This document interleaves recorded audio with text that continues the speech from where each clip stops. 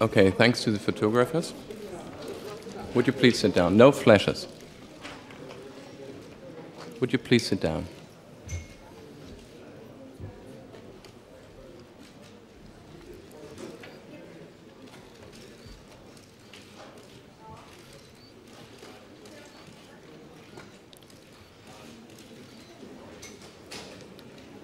Okay, thank you.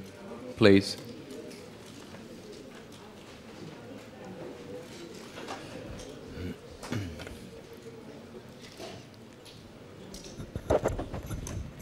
Okay, good day, ladies and gentlemen.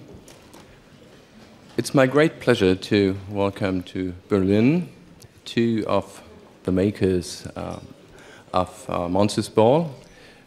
On the left, Halle Berry. Welcome, Halle Berry, to Berlin.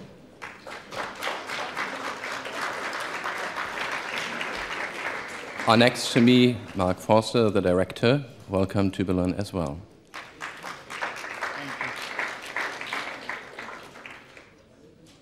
The procedure, please, we do have two microphones here in the room, and use the microphones when asking questions. Please raise your hand or so that our assistants can give you the microphone. There is a translation then if you want to ask questions in German or so. Your question, the first one is there in the middle. Thanks. Oh. Hi, Baz Bammy-Boy from the Daily Mail in England.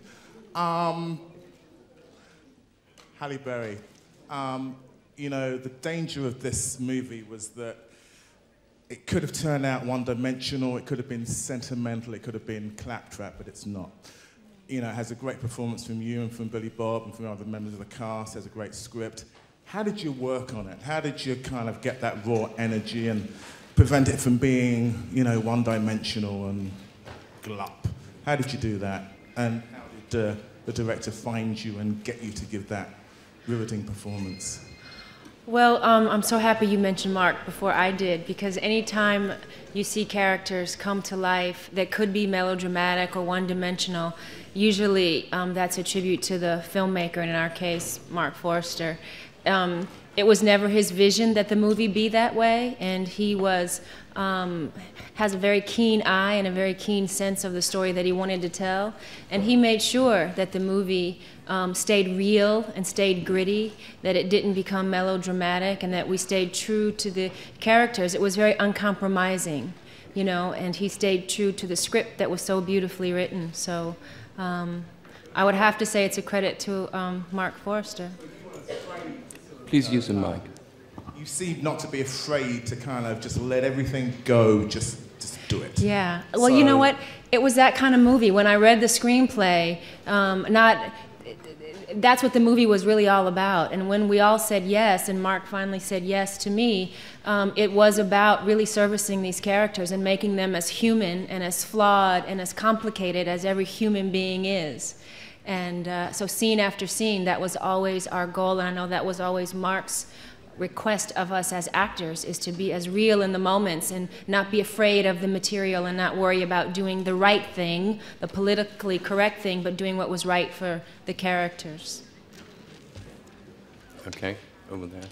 I think the director's supposed to speak. Hello? Does this mic work? Okay. I just wanted to say that, you know, working with such tremendous talent like Halle or Billy Bob or everybody else involved makes it obviously easier for me to do my job. But I think I was very lucky that the studio left me alone and really supported my creative vision in the sense that they never interfered, because until the last moment there were never any test or research screenings done. So, which was really tremendous, that I really could, you know, materialize the vision I always had of the film. Okay.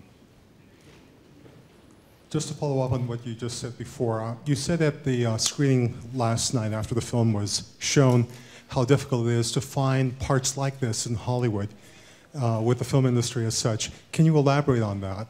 And how do you go about choosing your roles for your career? Yeah, I think in Hollywood, it's become so difficult for women, be it women of color or just women in general. It's hard to find roles where women can be, you know, complex human characters that are very much a part of carrying movies today. It's become somewhat of a male-driven industry with most of the directors and writers and producers and studio heads all being male. The industry has become sort of male, dominated. And when a part like this comes along, I think it's something that every actress in her right mind would absolutely fight for, because it's such a wonderful, full character to play. And the way I choose is, sometimes I have a lot of limitations being a woman of color, especially in America. So what I've always tried to do was pick roles that were very diverse. And I've had a couple of meaty roles besides this one where I really got to sort of shed my physical self and do some real more gritty kind of acting. And I think it's also it's been important for me to do some of the bigger budget Hollywood films, because what I've been able to do with those films is have me, being a woman of color, be in some mainstream American movies, which signifies that people of color are making headway in the industry and we are finding some level of equality. So those big movies are just as valuable to me in my career as the wonderful acting part of a movie like Monsters Ball. This is a question to Halle Berry and to Marc Forster. First of all, it was a great and impressive performance. You're known to be in very big movies like X-Men or Passion, Swordfish, and this is a very complex role. Was it for you difficult to approach this character because it's very complex, as you said, and to the director, do you think that rough sex can heal depression or loss? Why don't you go? You answer that one first. I thought you that going needs first. an answer much faster. I want to hear about rough sex. I do find that that sex is very important and it does heal wounds. And I do find, though, in that certain circumstances, it dealt with two characters which had incredible repressed emotions, and it was dealing with repressed emotions. And I think it was very important to have this key scene for me in a certain way that it comes across very animalistic and it's pure human need and desire and desperation almost. And but if it will ultimately heal wounds, no, I think ultimately you only will be able to heal wounds yourself as you get to more consciousness. Do you want to add something? Yeah, and I just on that wild sex, I think that it just wasn't really about sex. That scene wasn't about sexual titillation in any way. It was really about two people. I like to call that scene sort of the kiss of life. Those two people came together and they gave each other essentially life, because from that moment on, the choices that they made indelibly affected their life, and it made them able to have a better life. So it was about so much more than just sex in that scene. Halle, I would like to ask you a question about working with Puffy. How was it like? It was great working with we like to call him Sean Combs on our set. We weren't allowed to say the P word. But he was great. He was absolutely great. And I think on the onset, I myself had trepidations only because it was such a serious movie in many ways, and I think the concern was, would Sean be able to come down and leave his hip-hop posse behind and come and be a part of a serious movie that we had to shoot in just 21 days. And he came down and just knocked the socks off everybody, was so professional, worked really, really hard, and did a wonderful job. And he's been so supportive of the movie now that it's been made, and it was a wonderful experience. He behaved very well. He came all by himself. Imagine that. Actually, I asked him to bring no entourage, just to bring, he could bring an assistant, but that's it. And he did, and he fit right into the movie that we were making, and it was a wonderful experience. Just one more question. Did you have to interrupt your work on the new James Bond film to come here to present the film? Yes. Karen Nickel-Anhalt from People magazine. Much has been made about the explicitness also of your performance. How did you physically get in shape? How did you prepare yourself for such a bearing role? Well, the great thing about this role, and I think the most cathartic thing, was I got to really leave my physical self you know, in Los Angeles. This movie was shot in New Orleans. And what was great about Letitia is that she cared very little about her physical self. I mean, just enough, you know, that every woman would do. You know, she showered, washed her hair, and, you know, changed her underwear. But I think she was, had so much going on in her life that it wasn't time to care. And I approached it that way. I didn't work out. I think in some ways I lost a little weight and became somewhat, you know, waifish. And for many of those scenes, even the nude scenes, I really was able to get to a place where I really physically was not concerned one bit about what my body looked like, my face looked like, whether it was good, bad, or ugly. I really was able to shed myself of that inhibition this time, and it felt really cathartic. Hello, Helen Barlow from Australia. Hi, sorry, I'm sitting down. Halle, here. Sorry, I've got something right. You walk rather unusually in the film. You look very slim and sexy on the top half, and then the bottom half, you sort of walk unusually. That was obviously, was that an attempt to de-glamorise the character and make her less the kind of model and beautifully statuesque person you are, to make her more kind of normal, we might say? And could you talk about cutting the sex scenes for the American release, the director, please? What exactly did you have to cut? Well, I think for me, the walk of a character is always the first part that I must define for myself. How she walks dictates a lot about who the character will be for me. And I remember before we started shooting, Marc and I had many, many talks, and those kinds of talks as to how she would walk and how she carried herself. You know, she was also a chain smoker. It's those kinds of, you know, habitual parts of someone's character are the parts that I worked on first. And the walk was a big part of it. It was a walk of a woman who had lived a heavy life, a hard life, who was struggling with a lot of pain and angst. And it was finding for me what that walk would be. Yeah. I had to cut like a minute for the American version to get the rating, and they really liked the movie, and I still, the scene, how it plays in America is still intact, and I think it hasn't lost its power, because the rating board sort of liked the movie, and I tried to convince them that the scene was a very key moment for the story, and they realized it as well. So I think we got away with more than I think usually people do. So yeah, 1 minute we cut. Well, it's basically the rating board. You can't have too much thrusting, you know. So you cut down the thrusting. Yeah, it was funny when we saw it, the movie last night. I said, "Hey man, I forgot it was so long." So, but anyway. You forgot. But anyway, so we cut down on the thrusting, and it's just the scene is pretty much the same shots. It's just more tighter. When I saw it, you know, honestly, I had an outer body experience. I thought, wow, look at her. I never really connected it with myself, and that's the way I think, you know, I'm able to look at it. It's a character that was so far from who I really am that it's the first time in any movie-making experience of mine I was able to watch the movie and not really see me, but I was able to many times think, wow, look at that person. And that's never happened to me, so I can deal with it. I joke about it, but I'm dealing with it just fine. Hello, I am Natalie from the Harald Schmidt Show in Germany. Halle and Marc, do you know Berlin? Did you have any time to go shopping, to visit the city? Or do you have no to work? In New Orleans? No, in Berlin. Oh, in Berlin? Berlin. Oh, no, I didn't have any time to go shopping. I came in Thursday night, and we have been doing press since. We had a little tour this afternoon for 5 minutes before we came here. I mean, it was sad, really. We only got like 15 minutes of where the wall was, where it started, where, you know. So it's not fair. I wish we could come back sometime. And do you want to go to Cannes, now Berlin? To Cannes? In France? I always wanted to go to Cannes as well, yes. But it never... I think we missed it. Yeah, I think we missed the season now.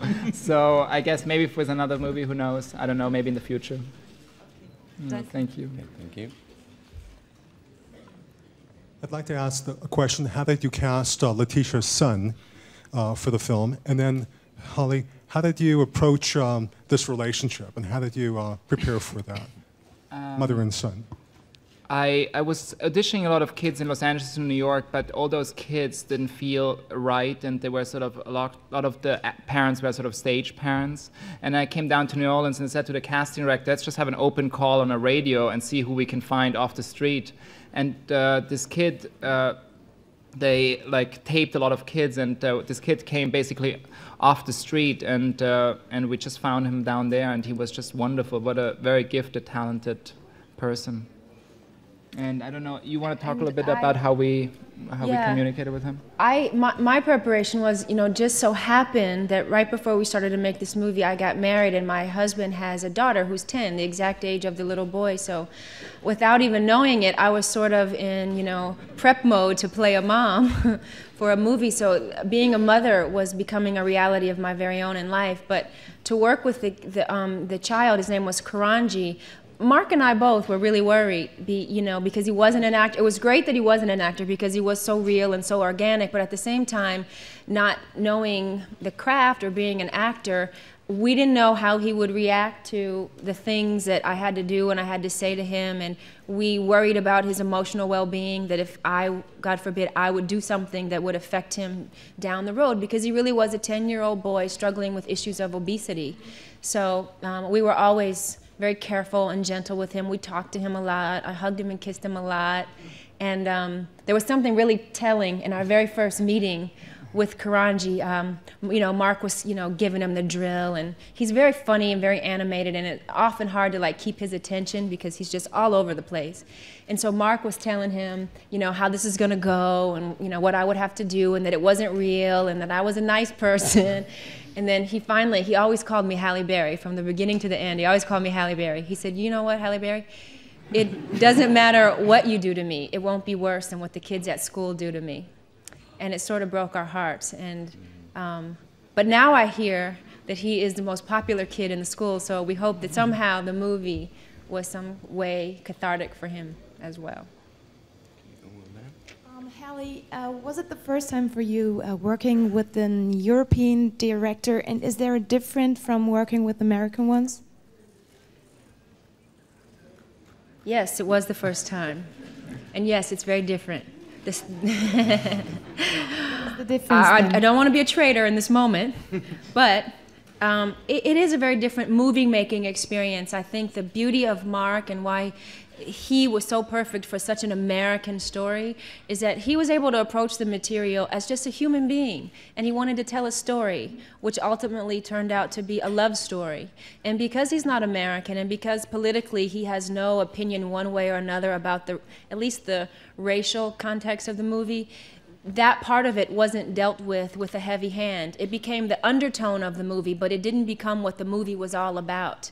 And I think in the hands of an American director, if that director had strong feelings about, racism or what his or her personal experience may or might not have been, they could have used that to make the movie about race and make a racial statement with the movie. And Mark didn't do that. He let it be an undercurrent, but the movie is about so much more than that, so many more layers and so many more levels.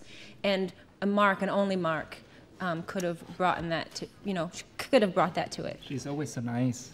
No, it's true. It's true.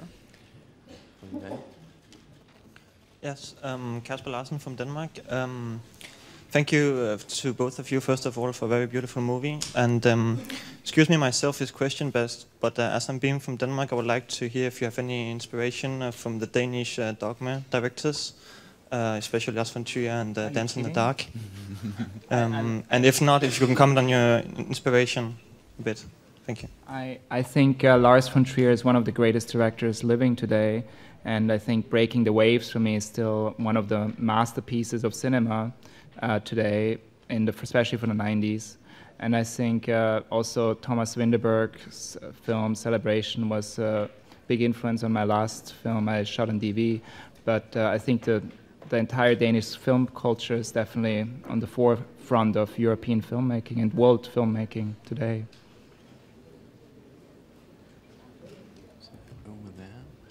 Yeah, I have a question for the director. How and where do you go from here? Do you have any future plans?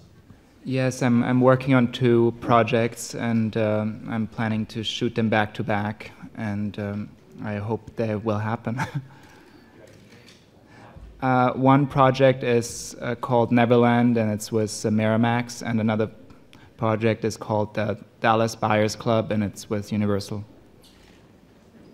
Okay, over there. Question to the director and to Halle Berry. This film contains a lot of things. For me, it's not a typical American film. It's more European, or a mixture of American and European film. It contains things like a relationship between a white man and a black woman, as you said. Was it difficult to distribute this film in America? And I don't know how the reaction were in America, the audience in America, I don't know. And sorry for asking again the sex question, maybe. Do you know any reactions from Angelina Jolie? What did she say about these beautiful sex scenes? Thank you. I think actually last time I talked to Billy Bob, I don't think she saw the movie at this point. So I said, but he has a DVD at home and he loves the movie and supports the movie tremendously, and he would have loved to be here today. He's unfortunately shooting in Montreal, that he couldn't make it. But he is, you know, I think last time we talked, I think she hasn't seen the movie at this point. Anything to add? That's all I know, too.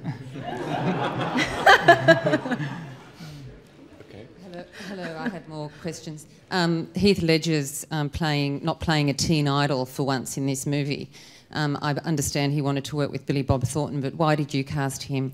And what did he bring to the film? Could Halle comment too? And could she also just say how she felt when she got the Bond part, whether she sought it or they sought her, and how she feels about playing Bond after an intense movie like this? First, the Heath Ledger question. First, an actor called Wes Bentley from American Beauty was attached to the part, and 2 weeks before shooting, he was tired and couldn't do the movie. And Heath was familiar with the script and passionate about the script, and jumped and wanted to do it and jumped in. And it was just a wonderful experience for me working with him, because he is just a really, really great guy and wonderful actor. So it was a very good experience. Yeah, I mean, that was for me when we first met, and I actually met him the night before we started shooting for the first time. And we basically said I just wanted to like have his hair shorter and have him like a little like just not as flashy, a little dressed down, and also that the color of his hair is a little browner. And I just didn't want him to be idolized in the movie. And I felt like that he just should play a normal guy, and I think, and as simpler he would play the part, the better it would be. And I think in the entire theme of the movie for me was simplicity. If it was with Halle's character or Billy Bob's or Heath's character, it was all about simplicity and stripping down the layers so that there's sort of just a bare bone of the personality left, and the look as well. And I feel great going from Monsters Ball to James Bond. That's the beauty of it for me, is that I can go from a movie like Monsters Ball that is so reality-based, and then go do a movie like James Bond that is so fantasy-based. You know, I think that's the joy for me of being an artist. I would not want to do Monsters Ball every time out, nor would I want to do a Bond movie, you know, every time either. So that's the joy, from one extreme to the next. And hopefully after Bond, and then after I do X-Men 2, and then hopefully I'll be able to find another project who has another character that is as well written and as well rounded as Letitia in Monsters Ball. Mr. Forster, can you talk about being a European film director working on this American film production and the problems, if you have any, working in the American film industry, which is much more commercially oriented than the European film industry? I mean, so far I was very lucky that I didn't had problems like that, because the last film I did was shot on digital. It was a small movie. It was only released in America. It wasn't, I believe, released here. Also, with Monsters Ball, I had total creative freedom, and I had no interference from the studio or anybody. I really did the movie I wanted to make. So I'm very spoiled now. I made 2 movies which basically were exactly my vision. And I hope that it will continue like that I think the main thing often with American movies that they become too manipulative and sentimentalized, and I just have to be careful that I don't fall into that trap and try to surround myself with people who give me a certain autonomy to keep on telling stories. They have some truth to it. Hi, Baz Bamibo again from Daily Mail. Halle Berry, you sound like that boy who you played with, Halle Berry. Letitia obviously hasn't sort of enjoyed the American dream as you have. How did you kind of research and, try and get to the nut of who she is? Did you speak to sort of poor waitresses? I mean, what did you do? Well, believe it or not, Baz, I haven't always realized the American dream. My life has been filled with great highs and great lows, and my life has certainly not been without strife and struggle and pain. And it's drawing on, there was nobody for me to interview here. I wasn't playing somebody. It was nobody to go study and research. It was really finding, along with Marc and his guidance and his help, finding where this character lived in me. Stripping myself down to the bare bones level that he just talked about and finding out who this woman would be through my body. That was the brunt of my work. I talked to a few women up at the prison that we shot in Angola who had husbands on death row and sort of got, what they feel like a little bit from going to and from prison for most of their life. But it was really more of an internal discovery about me and using things that have really happened in my life to find life for Letitia. My question goes on Mr. Forster. I would be much more interested to know how concrete the work with Kaijini Calhoun was on the set, because it was said before that nobody could do more harm than he's gone through at school. But how did it happen concrete on the set? Was it kind of complicated because he's still very, very young and being so overweighted and having had so much experience at school with other guys? How was it concretely on the set? Actually on the set it worked out really well. I mean, he's a very, he's just a kid basically, and he's just really incredible natural. And as he's not a trained actor, never took acting classes, the beauty about it is that he jumped into this character, and it's for the first time when I saw him as well, when he read for me, that he has this ability to jump into this character. And you say, for instance, you wanted him to cry, and he suddenly started crying naturally. I said, oh my God, how can he do that? And it just was always very real. And he felt like once you said cut, he was totally himself, like animated and funny and all over the place. So it was really sort of like a miracle to observe him and watch him. At the same time, I did have my concerns in regard, that this film might affect him psychologically, and I didn't want this to harm him in any sense. And him and his mother, both talked to Halle and me about it constantly, that it really is totally harmless for whatever had he experienced in the past. And so I felt that because it was the first time when I met with the mother and him that I brought it up and I said, look at these scenes. I mean, are you sure? Because I don't want either of you to go to through any experience which has long-time psychological effects on the kid. So how old? He was at the time I think he was 10. He's probably 11 by now. Sorry, this might be a very personal question, but maybe you two could tell me something about your view on the death penalty. Oh, me personally, I'm vehemently against the death penalty. I think I can't believe actually that we're living in the 21st century and it still exists. I don't know what. I think I am against it. However, I sympathize with whatever someone feels. I've talked to people who have lost loved ones, brutally and viciously by murderers and killers, and I feel for the people who's had their children raped by rapists, and I have empathy for them if they wish their, their assailant to be dead. I can understand that thought process, but at the same time, I feel for the mothers who have the sons and the daughters or whoever on death row and what they go through too. So for me, you know, it's not so cut and dry. You know, I can empathize, I think, with the feelings of all different people and what they must be going through and how they deal with loss and pain and the frustration of that. But for me personally, I would never want to be sitting behind that room and pushing a button, taking somebody else's life. That would never be right for me. A question for Halle Berry. I thought you did really strong work in this film. I was so glad to see you in this role. And you talked a little bit before about almost kind of dressing down for the role and taking on a character who's maybe not quite like yourself physically. But at the end of the day, you're still a very beautiful woman, and I'm interested in what your relationship is to your beauty as an actress, because it's something that you also have to use.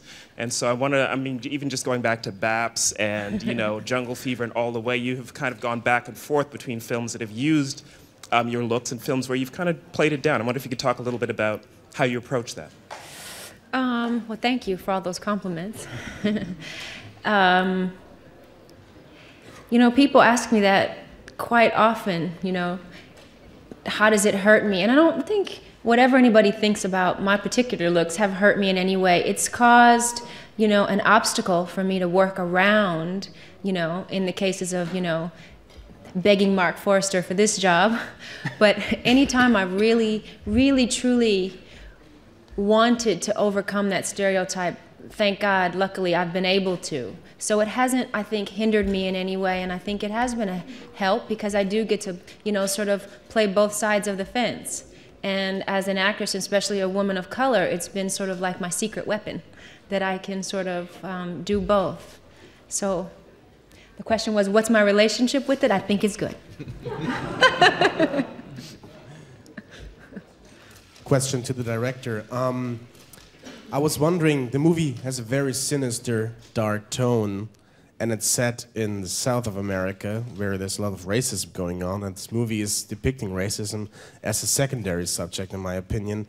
Actually, you're touching a lot of levels, a lot of different subjects in this movie, but finally it draws all down to people getting a better life. So could you explain a little bit to me, this movie could have also been a movie about what death penalty in working and that facilities does to people. This movie could have been how does racism still affects relationship between black and white people in modern America today, in the south of America. So could you comment a little bit on this, why you depicted so many themes and basically then drew it all down to this one big theme between these two people?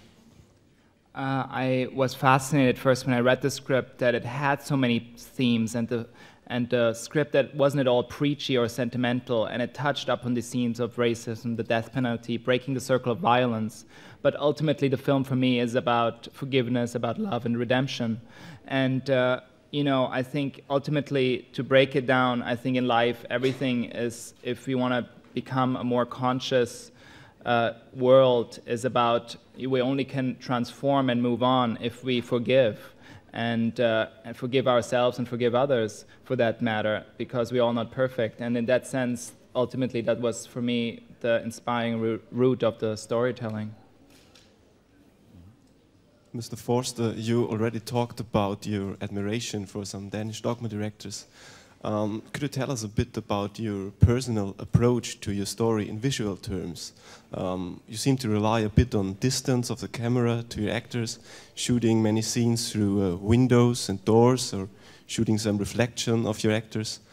Could you elaborate a bit on that?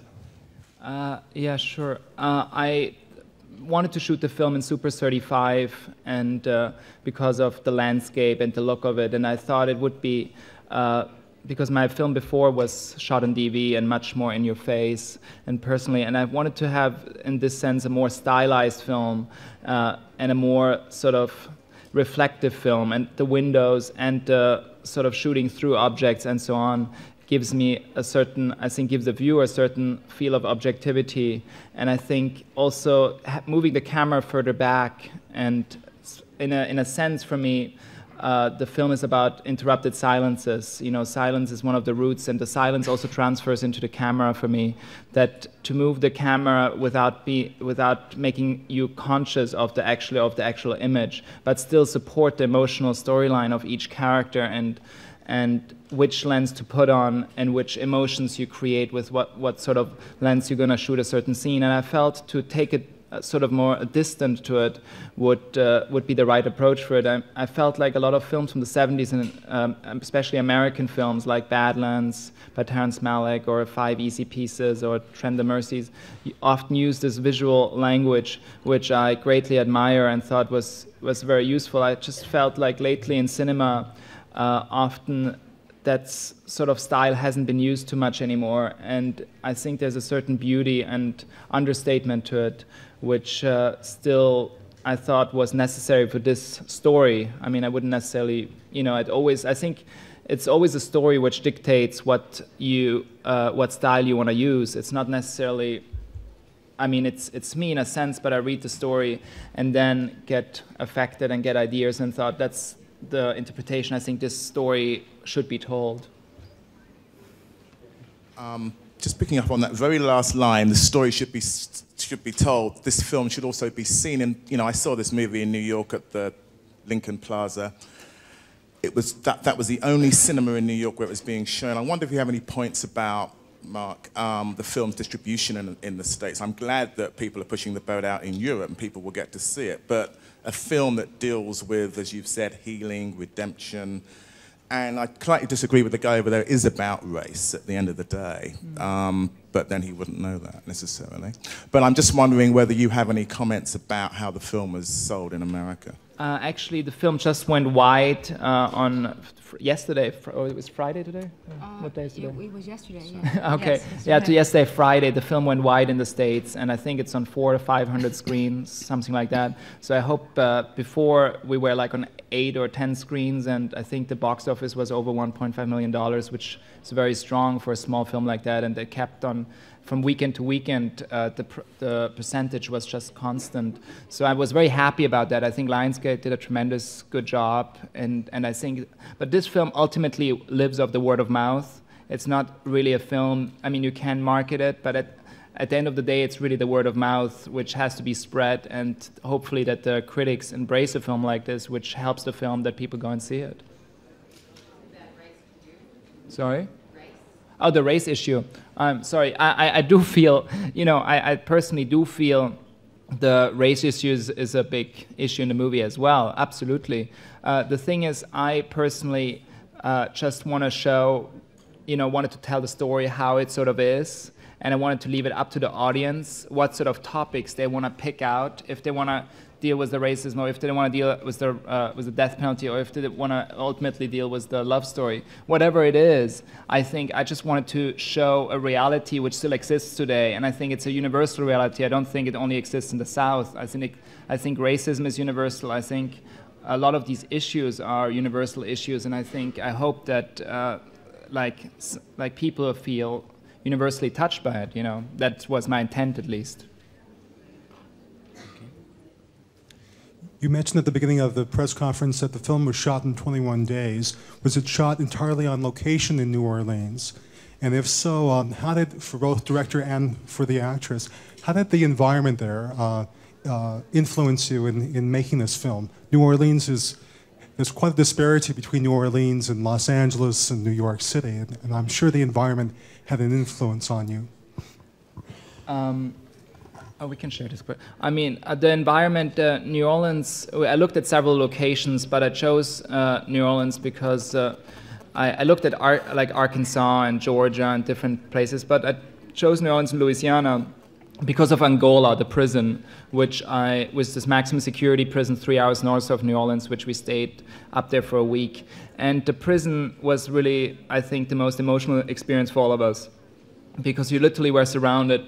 We were on death row. We were all at the real locations. None of like in the executioner's room and all these different places. And I think all the actors and myself were really emotionally like touched by that and involved in it. And I think it helped the actors at least for their performances to become more real, because you're surrounded by that, and you have these cliche images and thoughts before you walk in there, but then once you walk in there, but maybe you want to elaborate on that, how you felt when you walked. Yeah, for me, it made the incarcerated men very human. You know, so many times you think about criminals that are put in jail and you think they're somewhat the lowlife, the scumbags of society, and many times, you know, maybe they are, but I got to see men that had apparently been reformed. They seemed like, you know, grandpas and, you know, good fathers, and it just made their life and that existence more human, which helped me relate more to, you know, Sean Combs, who played my husband, in a more human way of a man who is about to, you know, the last moments of his life. It made me really understand, you know, the humanity of that person, and also the feel of New Orleans. What it did too for the actors, I know, this is a part that Marc probably hated because he was a director and he had to be up and peppy, but it made us feel really heavy. Like really, it was so hot, and we were all bitten. In every possible place you can get a bug bite, we had a bug bite.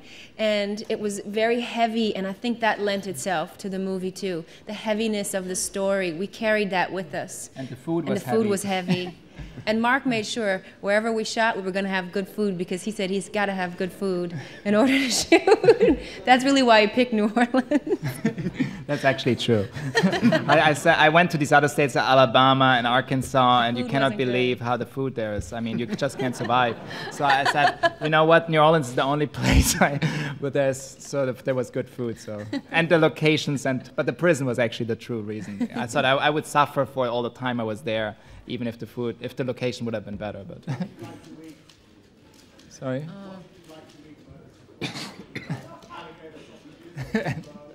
Po' boys.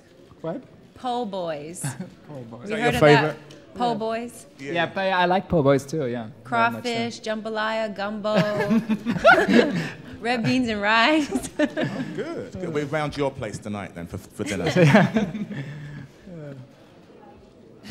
You said in this role that you were drawing on some things in your own personal life without being too personal. Could you just draw on a few of them? I had somebody yesterday say that your beauty, you obviously come from an upper class background. That was someone's belief just by looking at you. Background? Yes. But They're could you elaborate? right? Could you set them straight, please? You know, lots of painful things. Some of them, you know, are really private, but one of the things that connected me to Letitia or this lifestyle is that I was raised by a single mom who, you know, didn't make a lot of money, and she struggled to raise 2 children by herself. And my father, who left when I was really young, was an alcoholic who was very abusive. In some ways, shades of Letitia. You know, she drank too much and really didn't know how to love her son. Although she didn't know how, because she never had received love herself. I think that was kind of my father.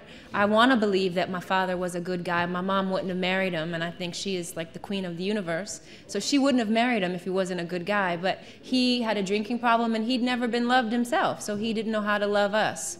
So that was a real starting point for me in understanding who Letitia was and how that directly related to my very own life. Okay. Any other questions? Over there.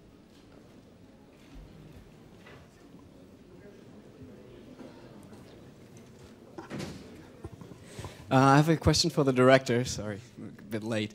You said you wanted to go for a real feeling, tell a real story. Then I felt you were focusing a lot on the relationship, but and on redemption and the love theme. But for a real movie, wouldn't it be have better to group them more in a milieu, in a social environment where they'd have to fight harder for their togetherness? And yeah. I personally think, you know, for me, these characters were very much loners, and I thought putting them in a social environment gives you always support. And I think the struggle in a social environment is actually less because you have a certain support. And I think loneliness was an issue for me as well, and a topic for me. And I think I wanted these 2 characters to have a certain solitude. And that was a certain idea, which was also in the script as well, but a certain idea which was very important to me. Okay, thank you, ladies and gentlemen, for your interest. We have to close now because the next press conference will start very soon. Thanks for having brought such a marvelous and moving film to Berlin.